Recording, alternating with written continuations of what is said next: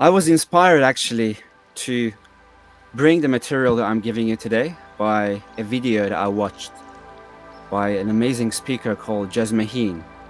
And I was in this really relaxed, calm state about 2 nights ago, just lying down on my bed, listening to her talking. And the love transmission that she was emanating was so powerful that I was literally like feeling this love pour out from my heart chakra to the rest of my body. And as she was talking about the subject of source feeding, and essentially source feeding is the idea of going to the source, to the love energy that is already creating us, and to feed, basically feed from love. And maybe it was like her tonality, her energy, or the phrase she used, source feeding, that just suddenly ignited within me this outpouring of love that literally filled me like I was a cup being filled, you know, the feeling of just being filled with light. Beautiful. And I'm lying down as she's talking about the thing that keeps people young and healthy. And then I think to myself, wow, I've been looking for like supplements, like herbs, you know, like the best one to keep myself rejuvenated, healthy. And I just missed the most important one. I've given so much of my attention, focus to diet, to how I speak, to all of that. And I missed out on love, which is this energy within our heart and within all of our bodies, really. But its highest concentration is within the heart chakra. But it's really within all of our cells. Every cell of your body, in fact, this is one of the ascension teachings, is that every cell of your body, every cell of your heart, every cell of your lungs, at the center of those cells is divine love. And the center of those cells is already what is nourishing the cells. And some of the amazing realization I had was, you know, when you're doing something so creative and so engaging that your heart is involved, that you lose a sense of space or time. It could be a conversation. It could just be us in a digital campfire talking. That just complete total engagement of our heart with the activity we're doing. We just forget about eating. We're just so filled up with this energy that it's literally source feeding, but it's source feeding through an avenue, through an activity, like creative work or a conversation, right? And then can we do source feeding on love alone without an activity, directly, through feeling love for ourselves, generating this love within ourselves, and then spreading this love all around us, throughout our body, throughout the brain, throughout the kidneys. We generate this love and just pour it out to all the organs. So I did that sort of as she was talking. She ignited within me this amazing outpouring of love, and I was just totally healed, you know, like the next day I woke up, my jaw pain was gone, like the heaviness I felt from a few days was gone. It's just complete miraculous instantaneous healing overnight for a lot of the things I was experiencing with compassion and love and integrated. In my own journey, I realized that I was judging myself, like some of my past self, the way I was behaving, and that judgment was the thing that was not allowing me to fully feel and be okay with those feelings. So those experiences that's coming back to you again, most of the time they come back in less and less intensity the more we're doing the work. Now they may come back in a very intense like moment, right? But that intensity is what allows us to see what's inside and gives us like huge opportunity to transform it. I became aware that I had anger repressed inside of me actually a few weeks ago. And there was one experience that happened that made me super angry, you know? But it was an anger that was like empowering. It wasn't like an anger that was like toxic. It had to come out. It had to be expressed. And that experience triggered it for me to speak out and to create a boundary with someone, right? And yeah, my perspective on what happened to me, how I look at it, determines whether it was a positive or negative, because I turned the anger into healthy boundary with the person. So whatever you feel, what you gonna do with that feeling? You gonna transmute it? Are you gonna stay with it and love it and not resist it and not create tension? Yeah, I get what you mean by that. Especially, it's like when you think of it, and when you think of it with love, it kind of feels different, doesn't it? When you look at it, or when you feel it kind of with love, you think of it a different way, or with love. But the thing that I struggle with is when there's certain people in life you come across and they don't actually believe in boundaries. I don't know if you've come across this, Sarah, Ali. They don't know. They're like they're not a child, so it's not like a boundary line. This is my side, this is your side. Literally, a farmer's field or whatever. The boundary line, that's yours. They just don't understand about boundaries. So I think that they're in a different place with their healing, Mervyn. Yeah. That's what I've learned on my spiritual path, is that I used to get really frustrated exactly the same. And now I just send those people love and healing and just make sure that I set my boundaries straight with them, because they probably don't know. It's worse when it's family though. It's like I've got one of those. Just choose the time you spend with them. That's the thing. I know. It's difficult. But I'm sure we'll get through it. Yeah.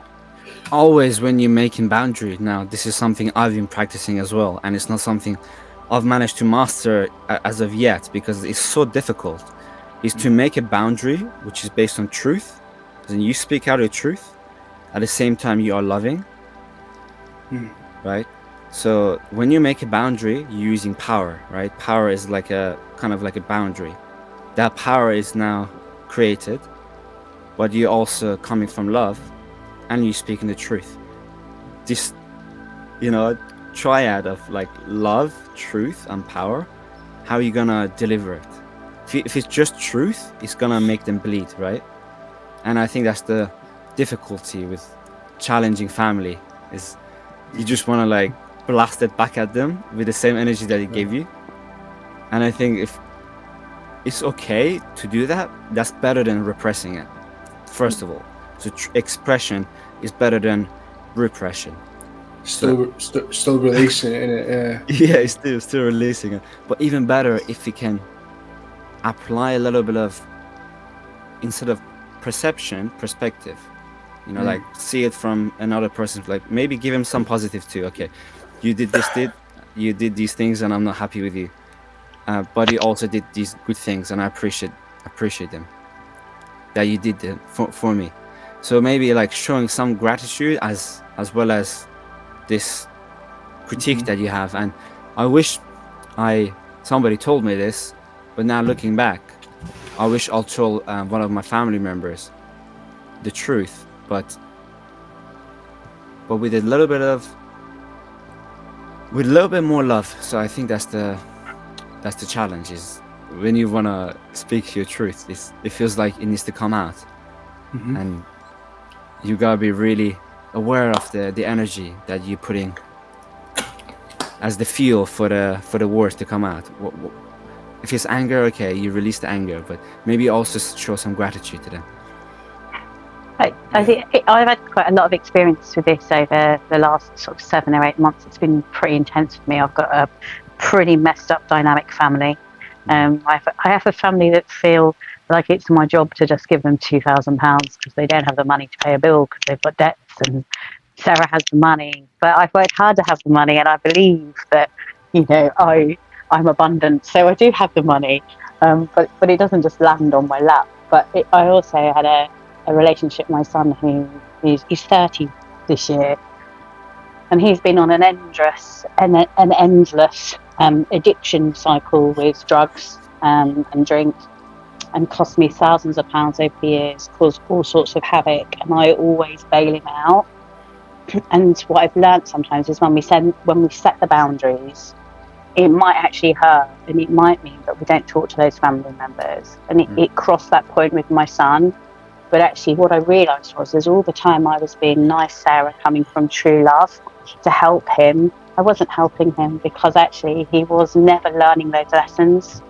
So what I had to do was cut off when we were in a foreign country, and he caused all sorts of havoc, and he was getting kicked out of the country, and just say, look, this is your life and your drama, and it's not mine, and I'm not doing it anymore. You're a grown up, and I don't need you in my life when you're like this. I love you. I will always love you. And it was a very hard boundary to set, but it meant my son reset his life.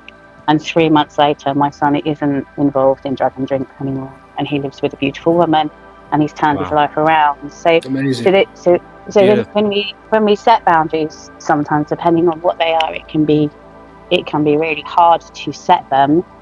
But for me, I've realised that I haven't learned lessons because I haven't faced those lessons. And if you don't let people face those lessons, they'll keep making that same cycle as well. So I think, like Ali's saying, if you're coming from true heart and you are sending love, then they're on their journey just like you're on your journey. But setting boundaries is hard, but when you start doing it, it makes you feel better. It does get easier. That's what I tell you. It gets easier. I cried lots of tears over setting some of the boundaries that I've set, but I've always done it with true heart and with true love. But it enabled those people to continue their healing, as opposed to me actually holding them back and maybe stunting it for a decade. Yeah, that's good to hear, because I myself has dabbled, or more than dabbled, in drinking and taking drugs and stuff. And now to hear that your son's, did you say he's with someone now? Yeah, he's living with somebody. Amazing. He's reason to live now.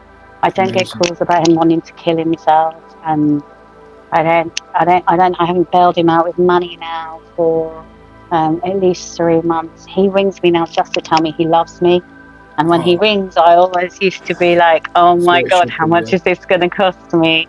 Yeah, and he's like, "I just wanted to tell you I love you. I've been thinking about your mum." So yeah, yeah. That's so great. sweet. That's great. Thank you. But it hasn't been like that. So, for 15 years of his 30 years of his life, he's caused me lots of torment, lots of grief, and lots of sleepless nights. So yeah, I've done what your son's done to my parents. So yeah. I know where you're coming from the other side of it. But yeah, I know. But it doesn't mean my son is a bad person. He was just on his journey. So. But I gave him permission to sort it out himself, because I wasn't going to fix it for him. So, yeah. No, I'm good. I'm glad. That's the beauty of what you said, Sarah. We don't have to carry each other's burden, even if they're your own children. Yeah. Yeah. And you're not. I think the other thing. Sorry, to interrupt, Ali, but for me, one of the biggest lessons is that you don't have to be responsible for how other people feel when you say something. Because that's their journey as well, isn't it? Because people have said things to me and they hurt me, but that's they've said what they've said, and that's what they think it is. That's what they think it is. But that you have to learn not to judge yourself, but also you have to be like, oh, I can't say that because I'll upset them. Well, no, if it's the truth and you need to do it, then you just need to do it kindly and with love, and accept that if they don't want to be part of your life, and they don't need to be part of your life, that's why they're going to disappear. Actually, that was exactly what I was going to say in my second point. You said it perfectly. Oh, bless you. So we created some space now for love and gratitude. So the conversation came up about difficult family members. And I think I've been struggling with the same issue as you have, Mert, as you have, Sarah. Me towards obviously I don't have kids, so I can't be in the situation that you are, Sarah. But I've been that wasn't obvious. Who knows? But but I've had similar challenges with other family members, and just recently, so it's really hot and alive, this topic for me. And I really feel like a lot of spiritual souls, like you guys, who incarnated on planet Earth, the lesson we're learning, the first lesson, or one of the first lessons, is actually love, but the balance of love and boundary, like love and freedom.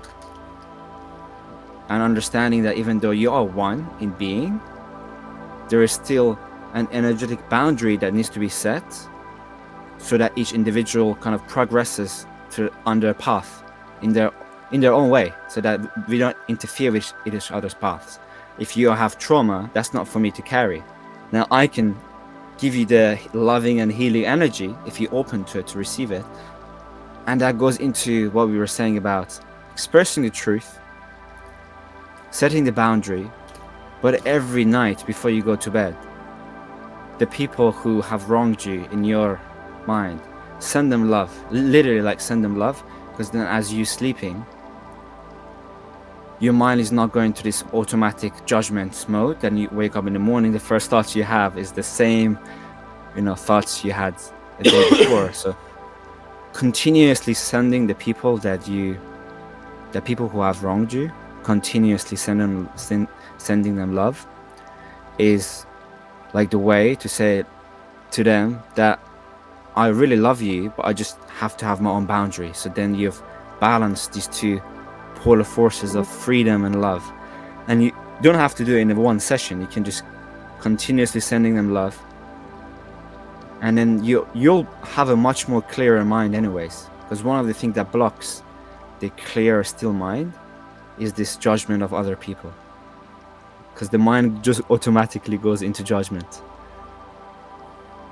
Yeah, the other thing I did was I didn't speak to Dan for 3 months, and he called me up once because he was having a really bad time, and he was just like, and I was like, Dan, I don't want to hear it. And he's like, oh my God, do you not even care that I'm suicidal? And I said, Dan, maybe I'm suicidal. Have you heard that? Because this is the Dan show. Like, I've done this for 14 years. I'm not doing it. I need my mind to be quiet and to be on my journey.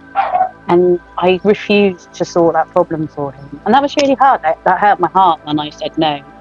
But I sat down and I wrote a letter for him of gratitude to how beautiful his life was, that he'd seen a new path, that he'd worked out himself, that he didn't need those things in his life. And so when I shut my eyes and thought of Dan, I created a picture of things resolved. Because that's like manifesting, isn't it? So instead of saying in that, oh my gosh, I've got like a son that's like wasting his life, I was just like, I love you. This is the man you're going to be. You're still going to be that man. You're just on your journey. So I sent love for his future self. Wow, that's powerful. Yeah. That's really powerful. But it's really nice because it makes you smile, because you can see them with somebody nice and maybe having children and calling you up to tell you just they love you. You can just, manifestation is really powerful. But if you keep thinking, oh my God, what's he doing? Because he hasn't answered the phone. Is he in a gutter somewhere? Is he on a 4-day bender? Well, that's probably what he's going to be doing. Because that's what you've manifested, isn't it? Yeah, exactly.